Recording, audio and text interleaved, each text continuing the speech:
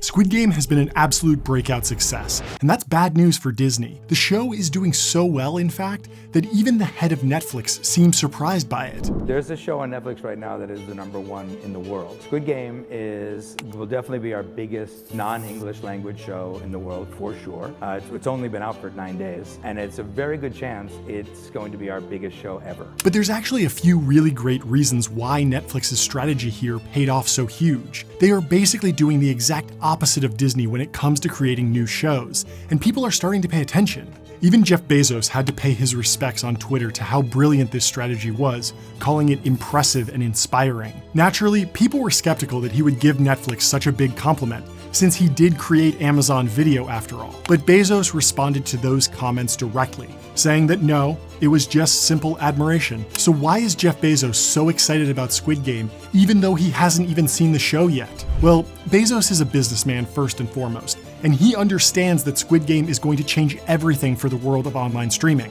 And the business strategy is interesting, but I think the technological implications here might be even bigger, since Squid Game could mark the key turning point for the commercial use of deepfakes, but we'll get to that in a bit. First, we need to cover why Squid Game is so successful in the first place. This isn't the first time a foreign language show has broken out and gone viral after all. Narcos captured everyone's attention in 2015 with the wild story of Pablo Escobar, and the German time travel series Dark was wildly successful when it launched in 2017. But Squid Game is a little different, mostly because of the speed with which it has gained popularity. Just 2 weeks after launch, Squid Game became a massive phenomenon and topped the charts in 90 different countries, including the United States. The core reason that Squid Game is so universally popular and hard to put down is that the subject matter is incredibly relatable. The main plot centers around a game show with deadly consequences. It's essentially a last man standing competition, where whoever can stay alive the longest wins millions of dollars. Everyone has a relationship with money, and everyone fears death at some level.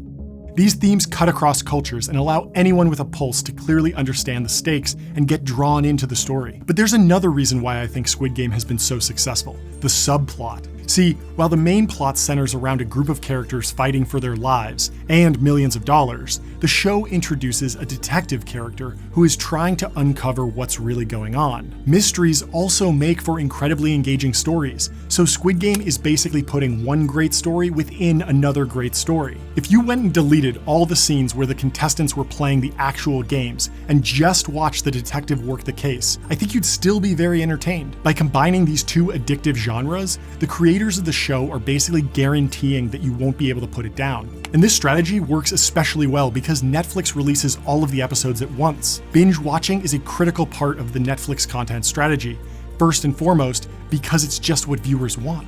But there is a major drawback.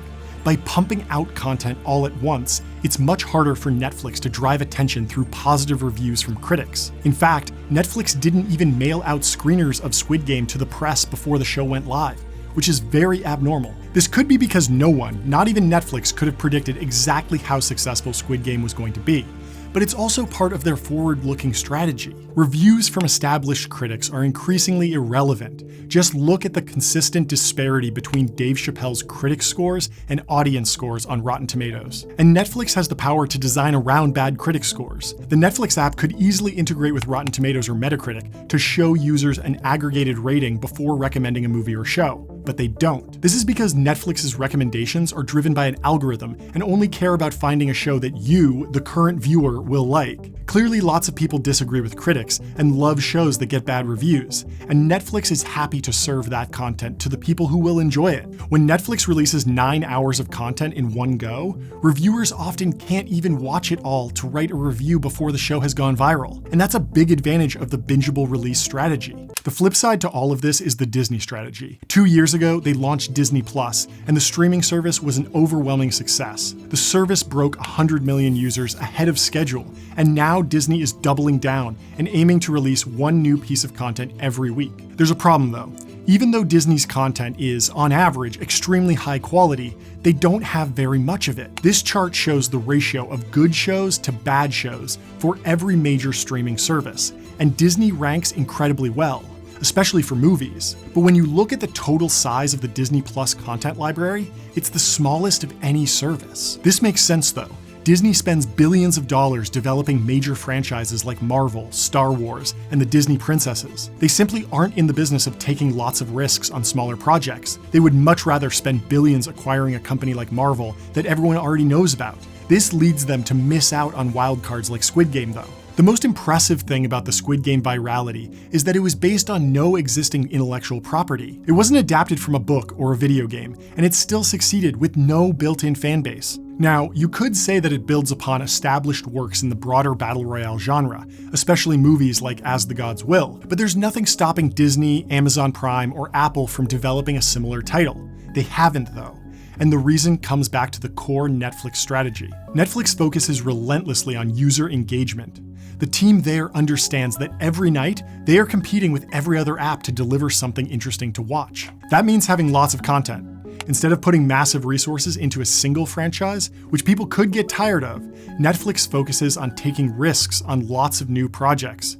Many of them fail, but when one of them breaks out, it changes everything. Stock in Netflix hit all-time highs shortly after Squid Game went viral, so the strategy seems to be working. There is another Netflix competitor that we haven't talked about yet though, and they have way more content than any other platform by far. I'm talking about YouTube, of course, which in some ways is the Netflix model on steroids. There's now 500 hours of content uploaded to YouTube every minute, which, now that I'm saying it out loud, makes me think that I'm kind of crazy for trying to compete with all of that. But anyway, great content clearly rises to the top on YouTube, just like Squid Game did on Netflix. And increasingly, in order to win in the content streaming game, you just need the most content. This all bodes well for Netflix, but we still have to discuss internationalization and the future of deepfakes. Netflix is by far the most aggressive streaming service when it comes to translation. They now offer subtitles in 37 different languages and dubs in 34 different languages. This helps increase the reach of every title in the Netflix library.